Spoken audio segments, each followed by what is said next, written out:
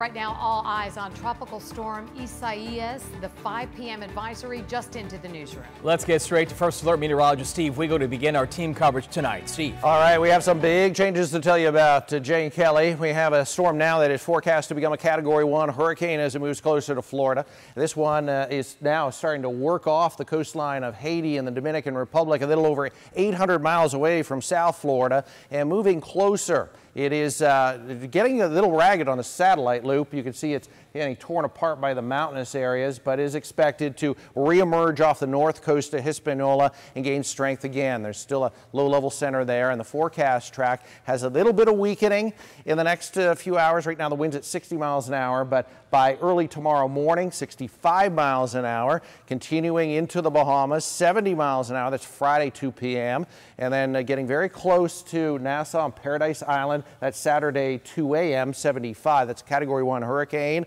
And then tracking very close to West End and Grand Bahama. That's Saturday afternoon, 75-mile-an-hour winds. And we are in the error cone here. The error cone has shifted a little to the east, and so has the track by about 20 miles. But this is still something where we can see a track more into Florida. Some of the models, some very good models, still have a landfall along the east coast of Florida, or we could see a track a little farther to the east. But the confidence is much higher today than it was even last night. Most of the models are taking the storm just offshore here. Some of the models, some outliers here, but most are offshore and just over Grand Bahama on Saturday and Sunday. As far as the tropical storm watches, there is now a new tropical storm watch for our coastline all the way from Ocean Reef up to Sebastian. So that is new at 5 o'clock. Not showing up on the map here. It'll update, but tropical storm watch in effect. The wind field, you can see, pulling some tropical storm force winds here Saturday around the noon hour and just brushing our coastline. The strongest wind staying just offshore through Saturday night and into Sunday. I want to bring in James Wieland. He's going to talk about the local effects here.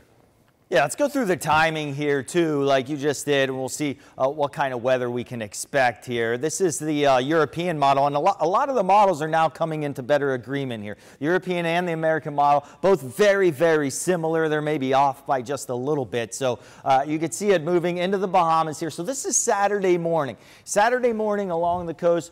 Nothing quite happening yet. We may have a couple of little squalls that'll move on through, but for the most part, at daybreak on Saturday, things quiet. Breezy, but not as bad. As we get into the afternoon hours, then we see the rain bands moving on in.